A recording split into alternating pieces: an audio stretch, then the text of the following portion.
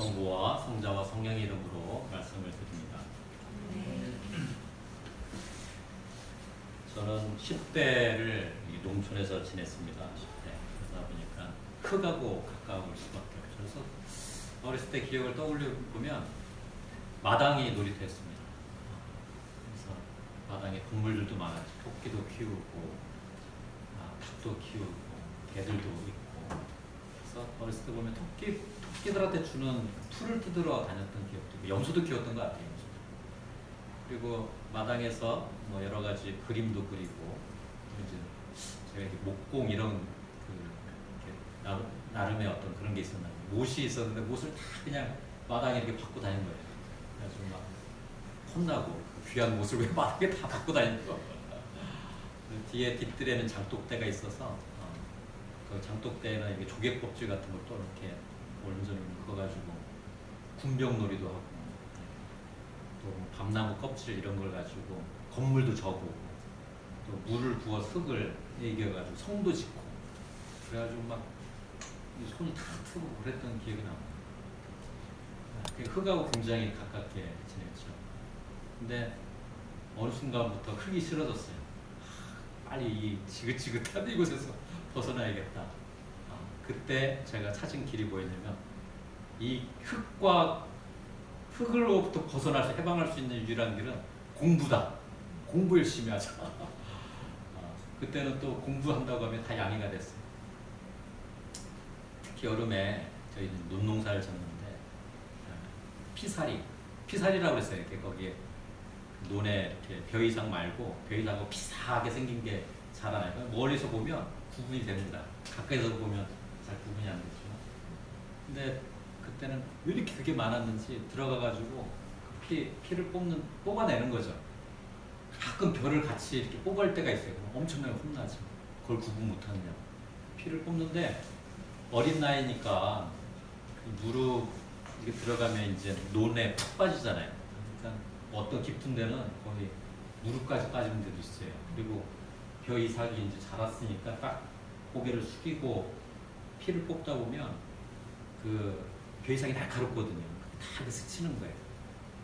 떼양볕에 그러가 얼마나 지긋지긋하죠. 그가 야, 피 뽑으러 가자며 별 어떤 핑계를 대야 할지 막 그때부터 고민하는 겁니다. 그 전날 밤부터 공부를 해야 하는데 막 여름철에 그 기억이 나요. 그리고 농약을 또 그때는 많이 했습니다.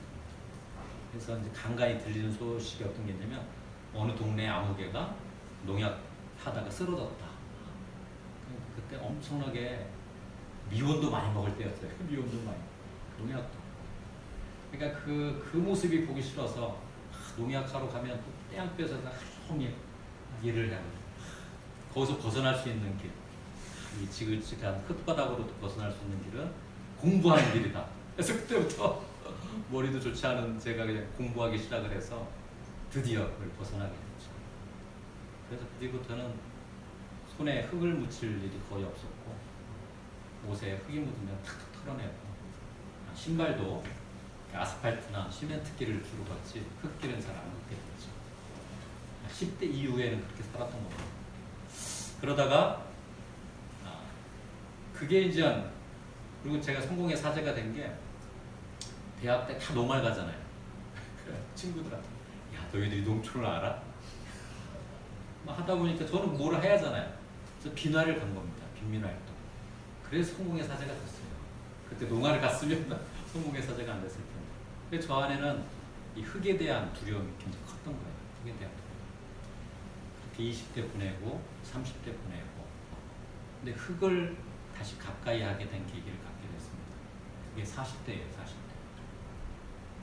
그 계기는 2013년에 제가 펜드릴에 갔을 때, 그때도 뭐 책만 주로 읽으려고 했는데 어느 수업에 들어갔어요. 수업에 들어갔는데 아주 젊은 친구가 수업을 인도를 하더라고요. 그 수업이 어떤 수업이냐면 퍼머컬처라는 수업이었어요. 아시죠? 퍼머컬처. 그 수업이었는데, 이 친구는 저보다 제 또래나 저보다 젊은 친구였는데, 퍼머컬처가 다른 게 아니에요. 괜찮은 농부로 사는 일이 퍼머컬처 디자이너라고 이렇게 표현하는데 그 일인 거예요. 가서 뭐 동물들 키우고, 작물 키우고 이런 걸 아주 재밌게 하는 모습을 봤어요. 그래서 아니, 저걸로 생계가 될까 이렇게 물어보니까 생계가 안 된대요. 그리고 또 다른 일도 한대. 그럼 나는 너무 기쁘다라는 거예요. 너무 기쁘죠. 그래서 이제 그분 따라서 몇 가지 그쪽 공동체에 있는 텃밭도 다니고 막 하면서 다시 제가 흙을 가까이 알게 됐습니다. 흙이라는 게 생명의 근원이구나라는 그때 알게 돼서 그래서 이제 귀국을 하자마자 제가 간 데가 동두천이잖아요. 그 동두천에 가서 제가 좀 실험을 했습니다. 어떤 실험을 했냐면 정말 이게 우리가 소비하고 쓰레기로 버리지 않고 그걸 좀 한번 이렇게 순환 서클을 한번 만들어 보자. 그 동두천에 공업방이 있어요. 공업방 아이들이 와서 배고프니까 잔뜩 먹는데 늘 잔반이 많이 남는 거예요. 그래서 그 나눔의 집 앞에 음식물, 우리 교회 앞에도 음식물 쓰레기통 있잖아요. 거기에 제일 많이 음식물 쓰레기를 버리는 데가 우리 나눔의 집입니다. 왜냐면 막 요리를 하지만 애들이 때로는 잘 먹을 때도 있지만 애들이 안 좋아하는 음식은 거의 안 먹어요. 다 버려야죠. 그리고 그걸 애들 취향에 맞게 음식을 할 수가 없어요. 왜냐면 다 지침이 있어요. 지역아동센터는 오늘은 무슨 요리를 하고 또 영양소 골고루 애들이 안 먹는 건 다 버리게 돼요.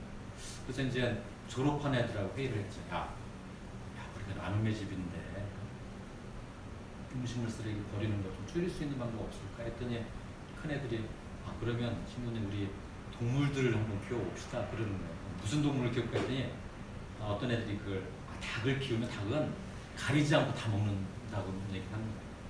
그래서 그냥 식구들하고 같이 닭장도 크게 짓고 병아리를 데려다가 키우기 시작한 거예요. 많을 때는 한 25마리까지 키웠습니다.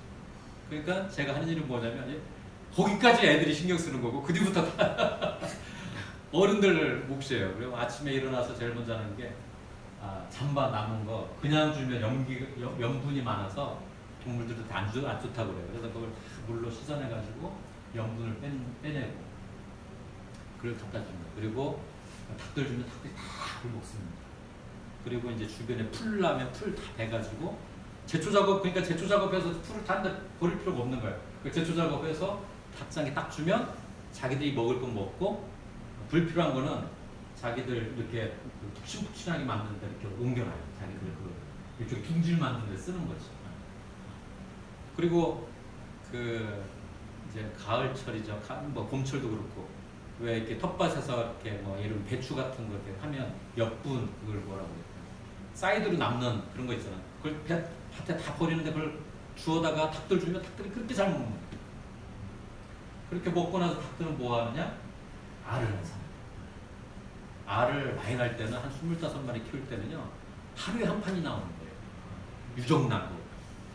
그러니까 그 유정란을 팔아서 이제 사료가 부족하니까 사료값도 되고 또 아이들 계란 요리할 때는 그걸 또 쓰고 또 저희 또 가정결혼 어르신들이 있는데 조금 몸이 안 좋다 싶고 이거 유정란입니다 한번 드셔보세요 이렇게 드리기도 하고 또 후원자들 중에 조금 큰 후원하신 분이 있으면 그동안에 받기만 했는데 한 판 정성스럽게 아이고 우리가 키운 닭들이나 알입니다 딱 주면 그 후원자 그분 마음이 더 이렇게 크게 기뻐하는 걸 딱 보게 돼요. 그래서 정말 이렇게 우리가 버릴 수밖에 없는 것들을 이렇게 다시 이렇게 생태 순환하는 그런 맛을 봤어요. 그리고 거기서 끝나는 게 아니라 퇴비 중에 가장 좋은 퇴비가 닭똥이래요. 그러니까 닭장을 1년에 한 번씩 청소를 해요. 청소해서 이렇게 막 여러 개 묻어 있죠. 그걸 한 곳에 이렇게 잘 싸놓고 이듬해 봄철에 텃밭에 그걸 뿌려줘서 한가구 섞습니다. 거기서 자란 작물은 기가 막힙니다. 그래서 제가 수세미 요소를 주로 많이 만드는데 그게 다른 게 아니에요. 수세미 씨 그걸 심으면 엄청나게 자라는 거예요. 막 다른 데는 이 주먹 팔뚝만 하는 것밖에 없는데 우리는 어른 이렇게 운동하는 사람들 그 정도 크게 그거 어떻게 그걸 쓸어가지고 막 이렇게 설탕물에 재가지고 효소만도 또 판매하고 작물이 그렇게 또 잘 되더라고요. 저는 비록 아주 작은 경험이죠. 그러나 흙을 멀리했던 그런 두려움을 이 퍼머컬처라는 수업을 계기로 흙과 가까이 흙의 두려움이 아니라 흙과 친해진 거죠.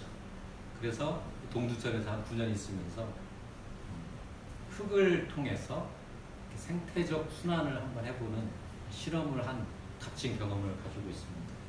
이걸 누가 시켜서 할 수 있겠어요? 저는 굉장히 큰 기쁨이라고 생각하고 지금도 결코 후회하지 않는 경험이고 우리 파주에서도 그런 기회가 주어진다면 할 마음을 좀 가지고 있습니다. 제가 오늘 제 경험을 흙과 멀어졌는데 흙과 가까워졌던 그 경험을 드린 이유는 오늘 복음 말씀이 이 가라지에 대한 비유인데 이걸 우리가 어떻게 오늘날 우리 삶 속에 적용을 할까 이런 고민 속에 딱 떠오르는 게 퍼멀컬처라는 이제 새로운 농업 방식이죠. 퍼멀컬처라는 것을 딱 떠올랐어요. 그것이야말로 이 성서 오늘의 말씀을 잘 담은 생존의 또 삶의 방식이다. 그래서 우리가 퍼머컬처의 그런 방식을 우리 일상에서 적용하며 산다라고 하면 오늘의 복음 말씀을 우리가 오늘의 현실에서 살아가는 것이다 라는 그런 어떤 깨달음, 깨우침을 제가 얻게 됐습니다. 그래서 그것을 여러분과 나누기 위해서 저의 자그마한 경험을 먼저 나누게 되었습니다. 퍼머컬처 좀 들어보셨어요? 들어보셨어요? 이 퍼머컬처는 이제 퍼머먼트, 영구적인, 지속가능한 이 퍼머먼트란 뜻하고 농업이 어그리컬처잖아요. 그걸 합친 단어입니다. 퍼머컬처. 그래서 일종의 이제 지속 가능한 농업이라고 이렇게 표현합니다. 지속 가능한 농업. 근데 이제 이 퍼머컬처는 단순히 생산물을 늘리자 이런 개념이 아니라 생태적인 원칙을 우리가 어떤 작물을 어떤 생산물을 이게 생명을 키우는데 어떻게 우리가 적용하고 그것이 일시적인 게 아니라 영구적으로 지속 가능한 그런 생명 문화로 만들 수 있겠느냐라는 그런 가치를 담은 것이 퍼머컬처입니다. 그래서 이제 전에는 우리가 그냥 누가 생산한 걸 그냥 먹는 소비자가 아니라 그 소비자도 역시 책임감 있는 생산자가 돼야 한다는 그런 가치를 담고 있는 것이죠. 이걸 처음 주창하는 사람들이 누구였냐면 1970년대 큰 사건이 두 개가 있습니다. 하나는 5.1 쇼크입니다. 5.1 쇼크. 또 하나는 베트남 전쟁이에요. 이런 걸 보면서 우리가 살아가는 게 많이 생산하고 그리고 이 석유를 막 생산하면서 그걸 소비하는 게 과연 건강한 삶이겠느냐, 우리의 미래를 책임질 수 있겠느냐, 이런 걸 깊이 고민한 그 두 사람이 있어요. 한 사람은 빌 모리슨이라는 사람이고 다른 한 사람은 데이드 홀그램, 이 두 사람인데 이 두 사람이 이 5.1 쇼크와 베트남 전쟁을 지켜보면서 인류 문명이 지속하려면 우리가 살아왔던 이 방식으로 살면 안 된다. 그리고 자본주의는 결국은 이런 전쟁으로 끝난다. 그래서 우리가 다른 걸 택해야 한다고 하면서 이 사람들이 강조하는 게 퍼머컬처. 이분 다 농부입니다. 그래서 제가 이 퍼머컬처 수업 시간에 제일 먼저 읽은 책이 제가 있어서 그런지 그건 모르겠지만 동양인들이 몇 명 있었거든요. 이 일본 사람이 쓴 책, 이게 사실 이 퍼머컬처의 고전과 같은 책인데 후쿠오카 마사노부의 책을 이렇게 조그만 소책자인데 그걸 주더라고요. 그게 One Straw Revolution이라는 책입니다. 그걸 이제 우리나라에서 또 번역이 됐는데 집 한 오라기의 혁명, 집 한 오라기의 혁명, 이런 책으로 번역이 됐어요. 그 책을 쭉 읽었는데 그 책 내용은 이렇습니다. 마사노부인데 원래 이 양반은 농업을 전공한 사람이고 어디에 들어가냐면 요코하마에 있는 세관에서 이제 해외에서 들어오는 또는 국내에서 생산된 이런 식물 관련된 제품들이 오가는 걸 다 검역하는 그런 역할을 했어요. 근데 어느 날 이 양반이 생각을 하는 거예요. 야, 이런 거 다 무용지물이다. 무용지물이다. 왜냐면 이제 어쨌든 이 농업을 배운 사람이고 수출해서 왔다 갔다 하는 그 농산물을 봤을 때 많은 걸 보게 됐을 것 같아요. 얼마나 많은 화학 처리를 하는지 농산물에. 그렇잖아요. 배를 타고 영국에서 일본까지 오려면 몇 주가 걸리잖아요. 그래서 그 작물들이 썩지 않도록 하려면 엄청난 화학 처리해서 이런 걸 아마 다 봤을 것 같아요. 그러면서 우리가 생산하는 우리가 키우는 작물들을 이렇게 했어야 되겠나 이런 아마 생각도 했던 것 같고, 그래서 그는 좀 다른 방식, 우리가 정말 지속 가능한 그런 방식은 없는가 고민을 하다가 본인이 이제 그 일을 때려치우고 직접 농부가 됩니다. 농부가 돼서 세 가지의 원칙을 지켜내면서 수확을 하는데, 그 세 가지 원칙이 뭐냐면, 첫 번째가 땅갈이를 하지 말자. 땅갈이. 이제 우리가 봄철이면 다 땅을 갈잖아요. 왜냐면 수확을 더 늘리기 위해서. 땅갈이 하지 말자. 그게 첫 번째 원칙이고, 두 번째는 비료나 퇴비를 쓰지 말자. 비료나 퇴비를 쓰지 말자. 그리고 세 번째는 제초제나 농약을 절대 하지 말자. 이 세 가지 원칙을 가지고도 내가 농부로 살 수 있다는 걸 증명해냅니다. 그래서 이제 그 경험을 아주 소책자에 이렇게 기록을 해서 나온 건데, 그게 퍼머컬처 수업을 할 때 그게 이제 일종의 고전처럼 읽히는 책인가 봅니다. 그때 저도 굉장히 깜짝 놀랐어요. 일본 가까이 있는 나라잖아요. 자, 퍼머컬처 하니까 이제 영어로 돼 있으니까 무슨 프랑스나 뭐 영국이나 이런 사람들의 어떤 이야기를 처음에 접할 줄 알았는데, 바로 옆 나라에 있는 일본 사람이 이렇게 했다는 걸 보면서 딱 자극이 되더라고요. 그래서 막 또 이렇게 자료를 찾아봤어요. 자료를 추적하는데, 우리나라에도 이분에 대한 이야기는 잘 소개가 안 됐지만 또 다른 이야기가 많이 소개된 게 기적의 사과라는 내용으로 소개된 또 이야기가 있더라고요. 이것도 이제 같은 연장선에 있는 내용입니다. 기적의 사과. 혹시 들어보셨어요? 기적의 사과. 그래서 우리나라 이 사과 농장 하는 사람들은 거의 한 명도 빠짐없이 여기 가서 한번 보고 오는 것 같더라고요. 인터넷 한번 기적의 사과 치면 쭉 소식들이 나와 있습니다.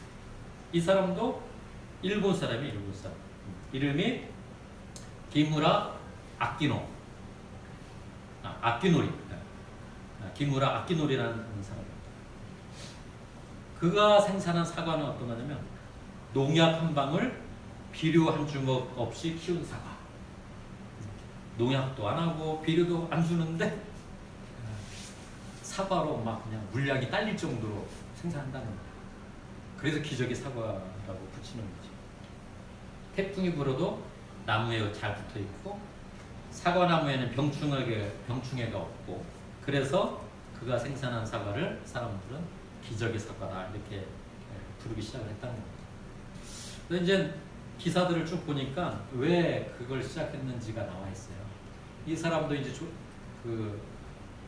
조상 대대로 이제 사과 밭을 이어받아가지고 사과를 키우는데, 사과를 생산하는 농약, 아까 제가 말씀드렸잖아요. 농약을 할 때마다 아내가 픽픽 쓰러지는 거예요. 그러니까 이제 독한 농약을 할 수밖에 없나 봐요. 사과를 우리가 먹는 사과를. 그러니까 아내가 그냥 농약만 하고 나면 픽픽 쓰러지니까 아내를 살리기 위해서, 야, 이거 농약 없이 할 수 있는 건 없을까? 그래서 다짐을 합니다. 그래, 내 사과밭에서는 농약을 하지 않으리라. 어떻게 됐겠어요?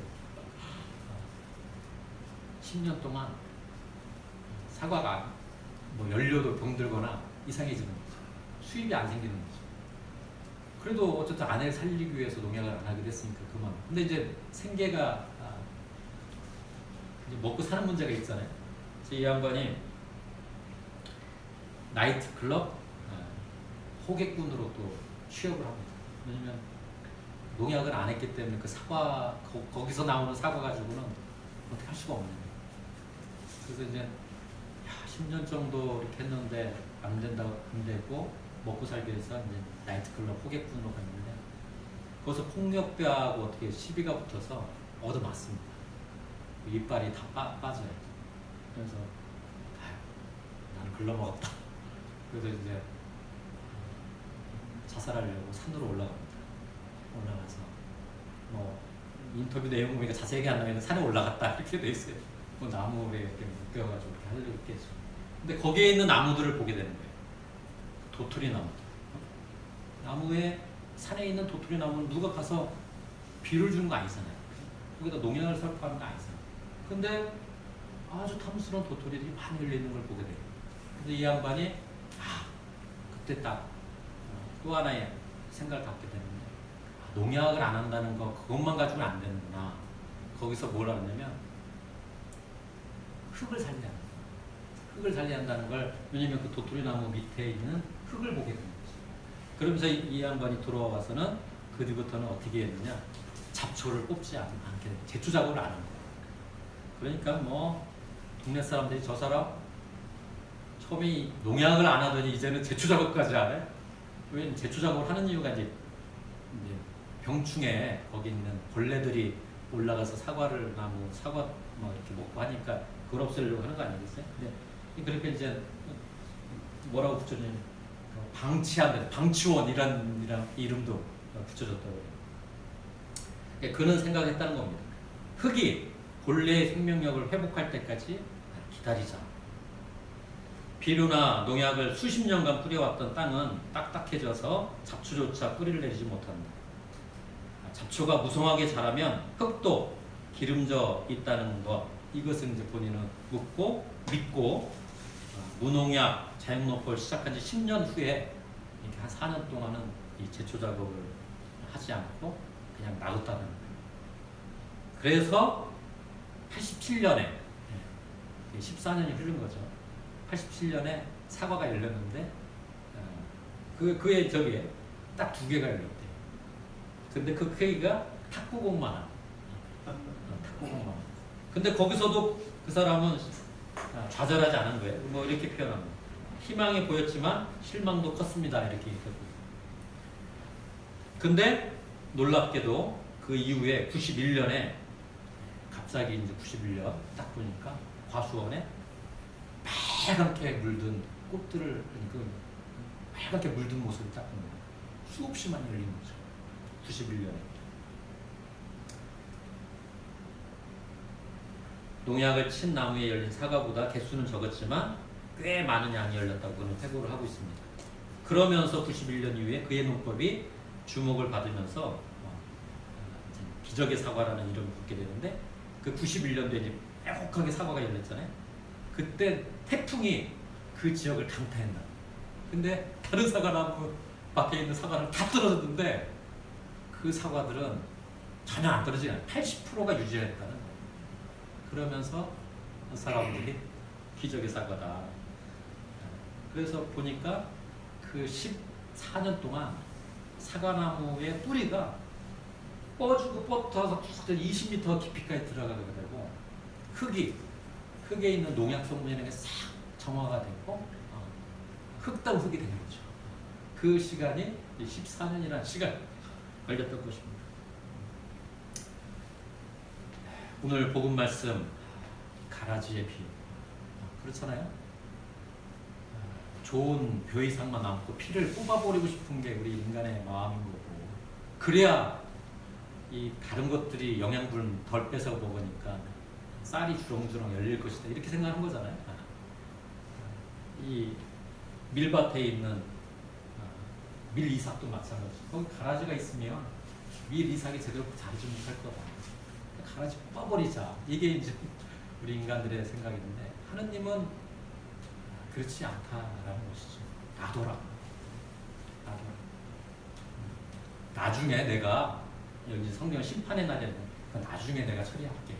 너희들은 그냥 같이 자라라. 이 정신을 그대로 담은 농업 방식이 풀 같이 자라고 벌레도 있으면 같이 지내게 좀 놔둬라. 이런 거지 않습니까?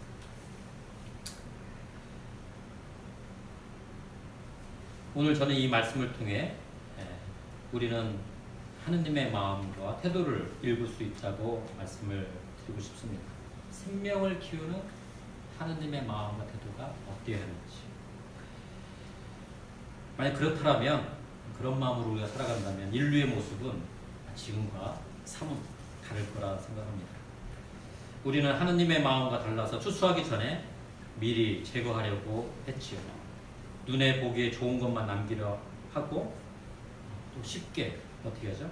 이웃을 평가하고 정죄합니다.